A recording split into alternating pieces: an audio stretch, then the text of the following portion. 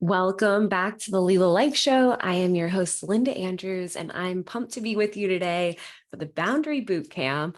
This little podcast episode has been a while in the making. And before we dive in, I just want to take a moment to give you some Leela Life updates and we'll get into it. So you've heard me talk about the Leela Life Collective before. You do have access to this on the website, www.leelalife.co. This is an online membership to this integrative well-being club, all about helping people heal from trauma and stress and feel great overall in their well-being for life and business. So that's what these podcast episodes are tailored to. That is what I'm working on in and every day. And as I am growing the team here at Leela Life and doing my best job as an integrative coach, not only, but the CEO of Leela Life. It's really all about you and providing you with an experience that's empowering, that supports you, and that you can access a deeper level of well-being than you maybe could before you came in touch with the brand and the company. So I just wanted to give you that little update. The podcast has been a little bit of a pause. You've heard from me a little bit since our last season closed out. We've had some shifts on the back end of the team. So, doing my best here, getting on a more regular content schedule, and just pumped to be here with you today. So I wanted to talk about the Boundaries Bootcamp. I'm seeing a lot of people get this quote unquote wrong. You see social media, it's like set the boundaries, boundaries, boundaries, boundaries. And this is being translated into basically icing people out of your life, being unresponsive. And I think there is just a softer, more integrated always approach to this and compassionate. So let's start with what are boundaries? Why is this even important?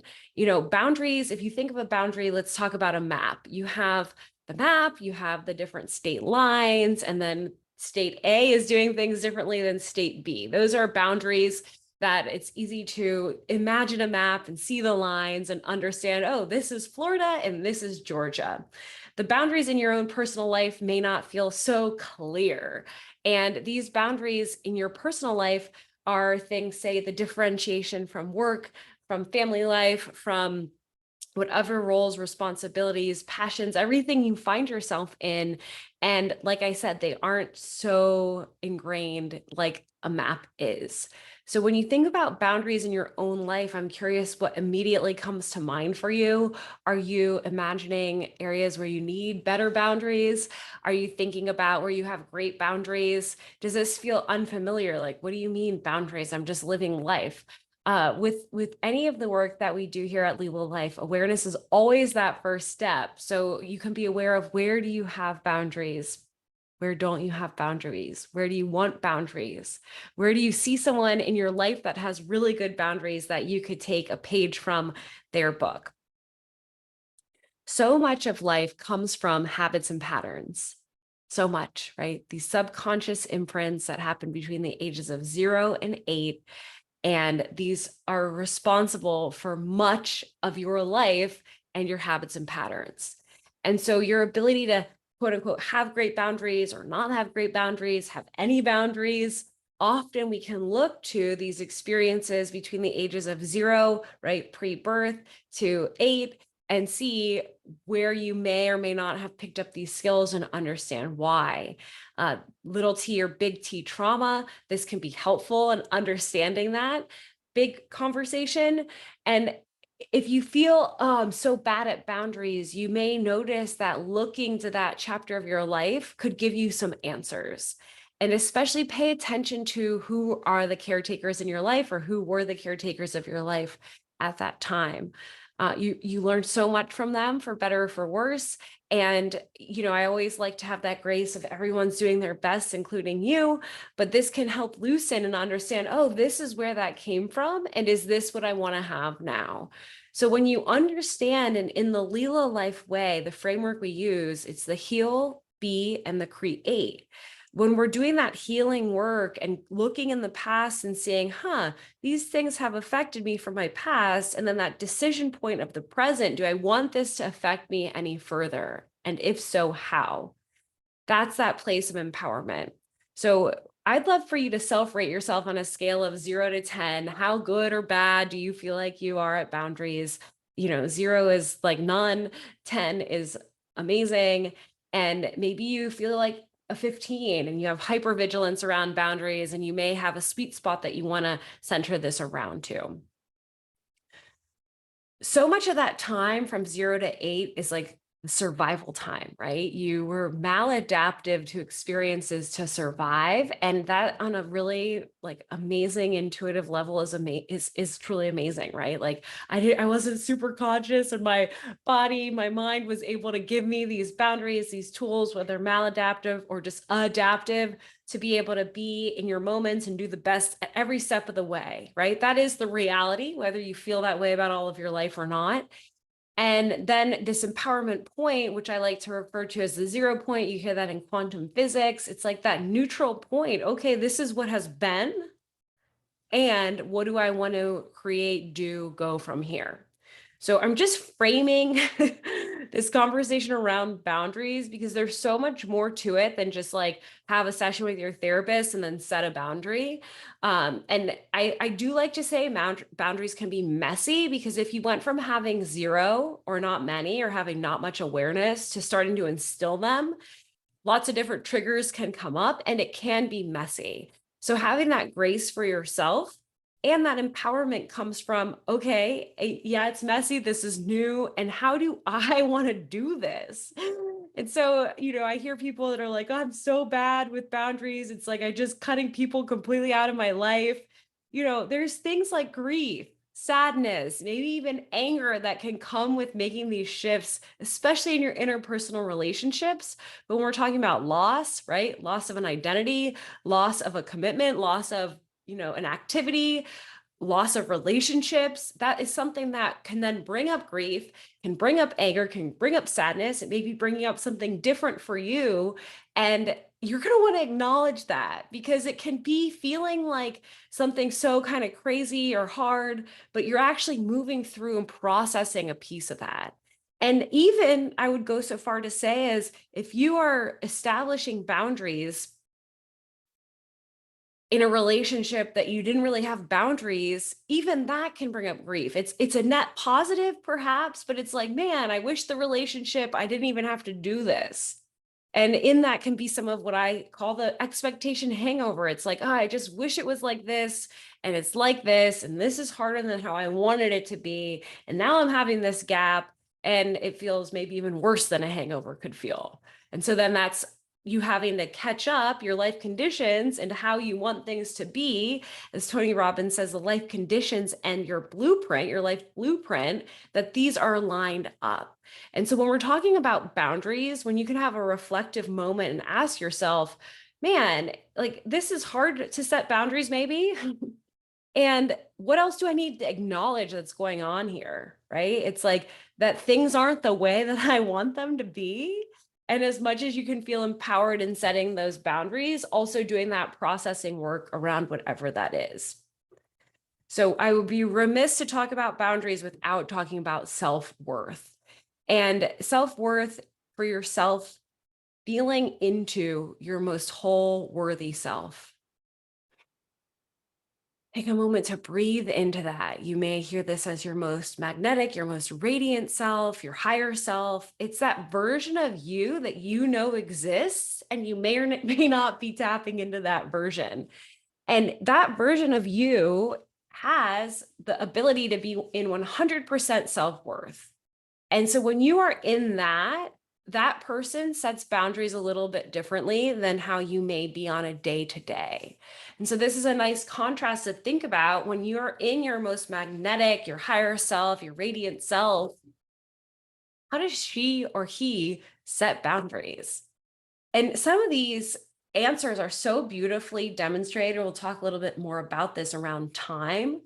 An easy way to see, like, is your boundaries in alignment with your values, is how you're using time. And then this overlay on top of all this is like, where does self-worth fit in? You have very specific vision for your life. You have very specific values for your life. You're cultivating a deeper consciousness around both of those things. And then you have this finite experience of time that ends in an unknown amount of time. that are you aligning to that vision and values? And so, oh, I'm going to set these boundaries and I'm going to like just ice someone out or peace or whatever. It's like, if you get super intentional around this, the outcome could be the same, but you're able to communicate this from such a beautiful, empowered, in your full self-worth, in your connection to the version of you that you're becoming, the work that you want to be doing. And you can notice that subtlety in the shift. And so what I'm noticing a lot of is like haphazard boundary setting. And when you have these things in check, your vision, your values, your priorities, your actions are aligned to those, like the boundary setting is so easy because you have that clarity. So we're talking about the Boundary Bootcamp here, how to set boundaries. They can't be set without this other work being done.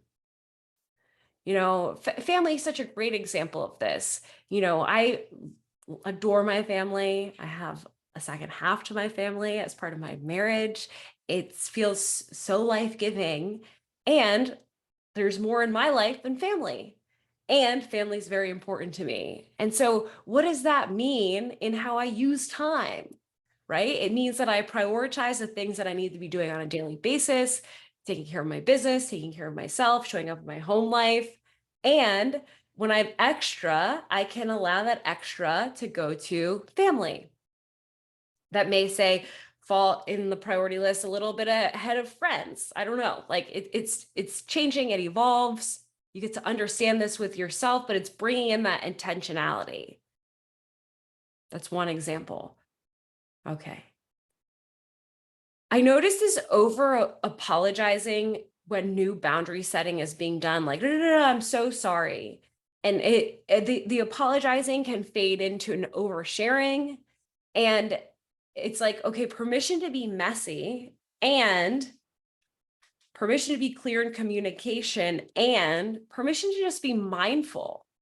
And we're going to come back to this around the apologizing, but I learned this in Kundalini, being able to see things from the third position. So the first position is how I'm seeing things, right? Hi, I'm Linda. I'm on the podcast. Second position is how you're seeing this. Could I put myself in your shoes for a moment? You're on your walk, you're on your drive, you're listening to me. Oh, it feels like she's rambling. Oh, wow, I am rambling, right? Getting from the first position, how I'm seeing things. Second position, how the other person I'm in relationship with is seeing things. And this third position, this is the higher perspective where I'm able to zoom out a bit and see things from that higher level. So it's like, I can see myself podcasting and I can see you listening to the podcast. That's that third position. So I want to circle back to this, don't apologize. It's like, don't apologize, honor your boundaries, honor your needs, honor yourself from that place of worth. And you're a human in relationship with another person. And so this segues into, say, reputation, community in general.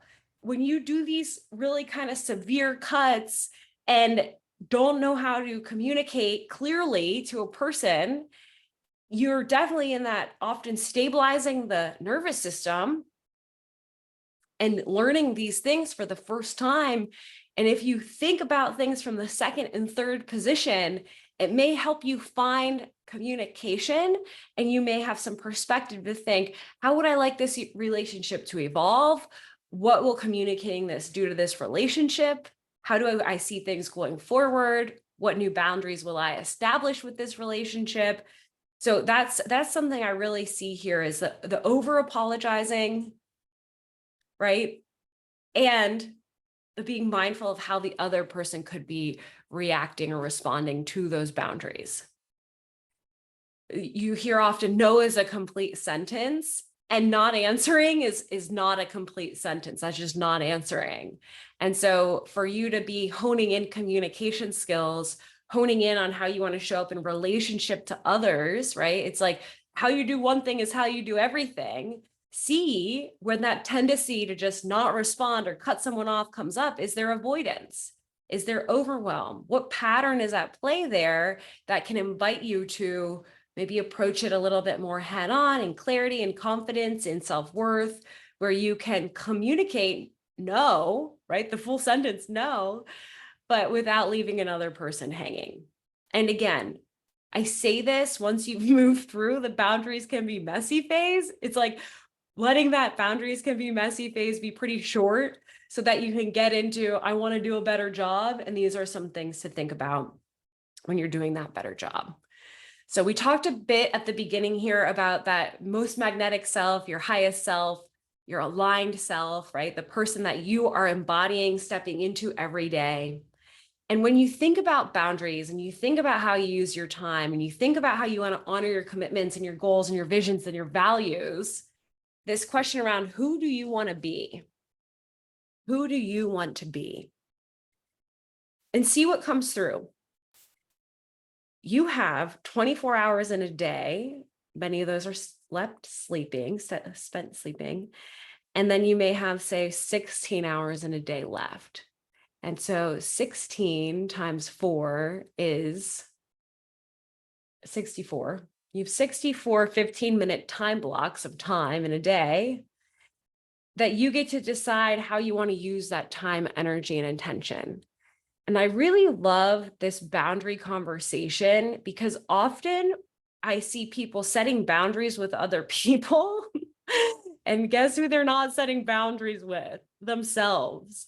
And so when you start this boundary conversation by setting boundaries with yourself and honoring all the things you know you quote unquote should be doing, because literally they're going to support you. So a big drama for me is waking up at 4 a.m. It's like, I know that this version of me excels waking up at 4 a.m. And the amount of drama that has taken place up and down over the past 6 months. And it's just finally like, I know this supports my vision. I know I'm running my best energy when I'm up at 4, like do it. And then that's that decision to cut off the other options. And then it's making those supportive changes to be able to do that, setting the own alarm clock, actually getting out of bed. You know, what's that first thing I'm doing when I wake up? What's happening to the dogs? There's other considerations that need to be tended to when you do make these changes. And so whatever boundaries you're considering setting for yourself right now in these 64 15-minute time blocks, for an example, what preparation do you need to take right now to support yourself? And what of those can you start putting in place now? I think time, and I honestly, I don't know if I could even come up with like a better example than time, because time is all there is.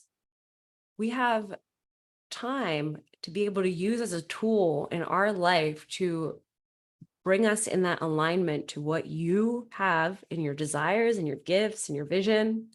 You have the ability to use time. You also have the ability to waste time. So it's like, what is my relationship with time? And taking the actions that will support you with that inner alignment that leads to the outer alignment. So welcome to the Boundary Bootcamp. There is a lot here for you to think about. And then when you come to the actual point of setting that boundary outside of yourself, right? The boundaries that are outside of yourself. So your inner boundaries could be how you're using time, how you're preparing, communicating then what you need with others. And so the boundaries that you're able to communicate come to be because you've gone through this inquiry with yourself and you're able to share with someone, this is what I need. And so, for example, again, going back to scheduling, it's like Wednesdays and Saturdays are my time for Wednesday afternoons and Saturday afternoons are my time for quote unquote fun, like unstructured time. And so for me, if I let the people that I love in my life know that, and they know that, then we can sync up on a Wednesday or Saturday. And when we have this miscommunication is when it's outside of those times, right?